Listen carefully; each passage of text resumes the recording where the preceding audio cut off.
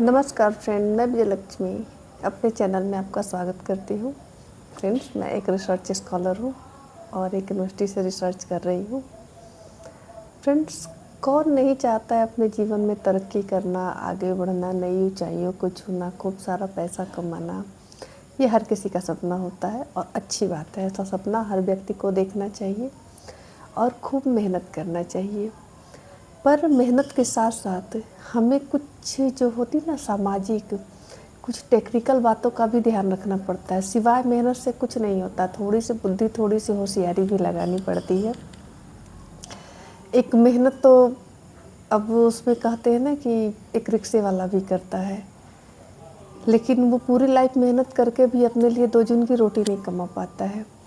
तो मेहनत के साथ साथ थोड़ी समझदारी, थोड़ी होशियारी, थोड़ा ट्रिक एंड टिप्स भी लगाने पड़ते हैं लाइफ में आगे बढ़ने के लिए। तो जो मैंने जीवन में सीखा है, ये चीज़ें हम लोग के आसपास होती रहती हैं।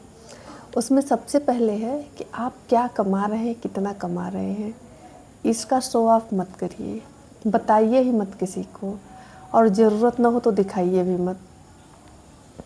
क्योंकि सबसे पहले क्या होता है ना कि आप कमाते हैं, आप मेहनत करते हैं, लेकिन लोग उसमें अपना प्रॉफिट ढूंढने लगते हैं कि अरे अब तो इनके पास पैसा है तो ये मेरी भी मदद कर देंगे या मांगने पर मुझे दे देंगे।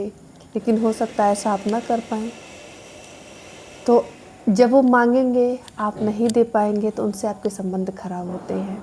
अगर उन्होंने मांगा, आपने दे दिया और वो फिर वापस नहीं किए तो पैसा भी गया, संबंध भी गया।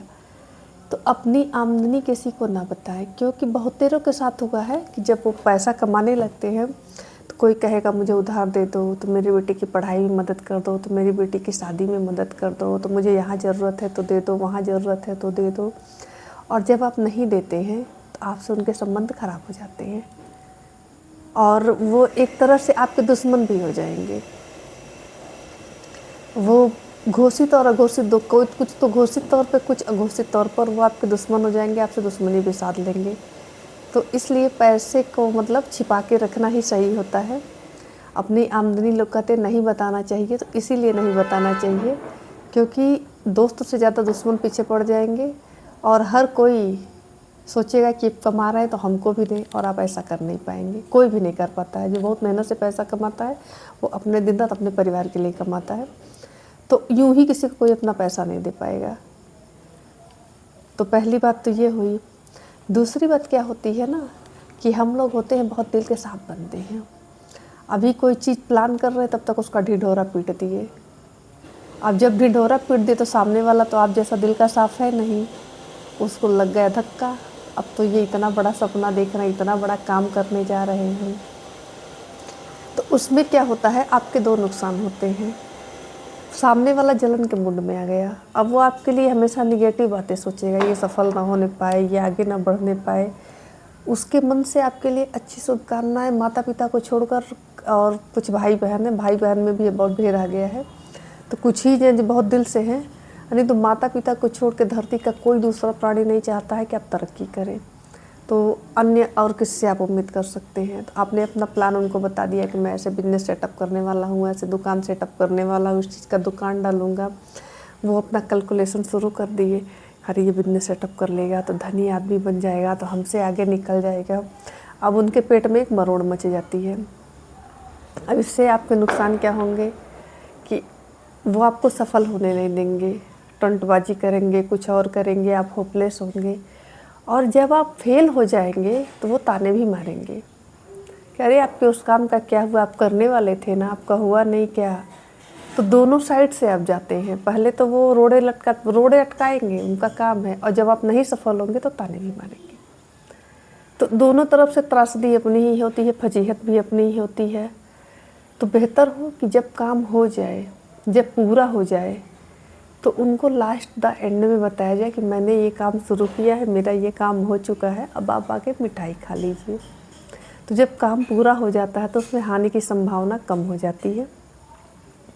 तो बेहतर हो कि अपने आइडियाज़ दूसरे को ना बताएं। इसमें एक नुकसान आपका और है, हो सकता है किसी परिस्थिति वक्त बस आप उस आइडिया पे नहीं काम कर पाए या पीछे रह गए, और अगले ने सुना और उसके पास आपसे ज़्यादा संसाधन है, आपसे ज़्यादा पैसा है या चीज़ें आपसे अधिक हैं, वो आपके आइडिया को कॉपी कर लिया और आपसे पहले उसने सेटअप डाल लिया, तो मुफ्त में आपने उसको अपना आइडिया दे दिया और आपका काम भी नहीं हुआ आपके आइडिया पर, वो आगे निकल गया। तो ये सबसे बड़ा नुकसान है। इसलिए कभी भी आइडिया मतलब जो भी है करे ना करे, बेमतलब को सबसे ढिढोरा पीटते ना चले। उसमें चाणक्य ने भी कहा है कि जो अपने आइडिया का मतलब प्रचार करते चलते हैं उनके सफल होने की संभावना कम हो जाती है। अब अगली बात क्या है कि वही दिल के साफ वाली, कि हम लोग ये सोचते हैं कि कहीं भी कोई आदमी थोड़ा प्यार से बोला तो भावुक हो गए, हम लोग अपना पूरा दिल उलट कर रख देते हैं। कभी भी अपने दुख का समय, अपने कमज़ोर क्षण या कोई भी ऐसी बात भावुकता में किसी के सामने मत कर। कोई भी कष्ट जीवन में झेलें, जब तक आदमी को तोल मोल परख न लीजिए उससे अपने बुरे दिन की बातें शेयर मत कीजिए। उस वक्त आदमी सुन लेता है लेकिन उन बातों को संभाल के रखता है, वो आपको जज करता है। जब कभी आप आगे निकल जाएंगे तो उन बातों को याद करके वही आदमी कहेगा, अरे ये तो फटेहाल घूमते थे, इनके घर में तो खाने का नहीं था, ये तो मांग के आज इनका दिन बहुत बदल गया है तो बात कर रहे हैं। आपने अपनी कमज़ोर कड़ी उनके हाथ में दे दी। तो जब तक कोई बहुत भरोसेमंद ना हो, और मेरे हिसाब से तो किसी से नहीं, क्योंकि रहीमदास ने कहा है ना, रहीमन निज मन की व्यथा मन ही राखो गोय। बहुत सोच समझ के उन्होंने कहा होगा और ये चीज़ें आज भी प्रासंगिक हैं। तो अपनी व्यथा, अपनी कमज़ोरी, कभी कभी हम अपनी कमज़ोरियाँ भी बता देते हैं। इससे क्या होता है ना कि सामने वाला हमको जज भी करता है कि हम कैसे हैं, वो हमारे पूरे पर्सनालिटी का मूल्यांकन कर लेता है। तो हम अपने बारे में जितनी कम बातें बताएंगे उतने ही सेफ रहेंगे। हालांकि मैं खुद थोड़ी सी हूँ इस मामले में, मैं जल्दी खुल जाती हूँ, लेकिन अब मैं इस पे काम कर रही हूँ और अब मैं बहुत सोच समझ के बातें करती हूँ, क्योंकि मैंने ज़िंदगी में बहुत ठोकरें खाई और मैंने खुद खाया है कि बहुत भरोसा करके किसी को अपनी बात बता दी, फिर वही आदमी उसी बात का ताना मुझे मार दिया। तब मुझे समझ में आया कि गलती मेरी है, मैंने क्यों बताया कि ये चीज़ें ऐसे हैं। तो नहीं बताना चाहिए। अपने कमज़ोर जो क्षण होते हैं आपके ना, वो अपने तक ही रखिए, क्योंकि जो बीत गया, जो आपने झेला वो तो निकल चुका। अब उसको दोबारा याद करके झेलेंगे भी, सामने वाले का मनोरंजन भी करेंगे और वो आपको हथियार के तौर पर उन बातों का मतलब वो गठरी बांध के रख लेंगे। फिर जब कभी मौका मिलेगा तो आपके खिलाफ उन्हीं बातों का इस्तेमाल होगा। तो मेरे राय में अपने दिल की बातें अपने अंदर रखिए। जीवन ऐसे ही चलता है मित्रों। आप बहुत सच्चे होंगे, बहुत अच्छे होंगे तो आपके आगे बढ़ने की संभावना कम होगी। थोड़ा सा मिलावट करने पर सोने से भी ज्वेलरी बनती है, तो इसलिए आप प्योर नहीं हो सकते हैं, क्योंकि प्योर रहेंगे तो किसी को पचेंगे नहीं। तो मिलावट थोड़ा ज़रूरी है, ज़्यादा नहीं लेकिन थोड़ी सी मिलावट तो हर चीज़ में ईश्वर भी क्षमा करता है। तो आप भी पूरे प्योर बन के समाज में नहीं रह पाएंगे, थोड़ी सी मिलावट आपको करनी पड़ेगी अपने स्वभाव में, क्योंकि यहाँ अगर प्योर घी दे देंगे ना तो हजम नहीं होता, तो प्योर इंसान कहाँ से हजम होगा, लोग उसको नोच खाएंगे। तो बेहतर है कि आप अपने स्वभाव में थोड़ी सी चालाकी, ये दूसरों के लिए नहीं, खुद की सुरक्षा के लिए है, इसमें कोई बुराई नहीं है। थोड़ी होशियारी, हम किसी को ठगेंगे नहीं, पर इतना ध्यान रखना है कि ठगाएंगे भी नहीं। अगर हम ठगा जाते हैं तब तो हम मूर्ख हैं, हमारा पढ़ा लिखा सब व्यर्थ है।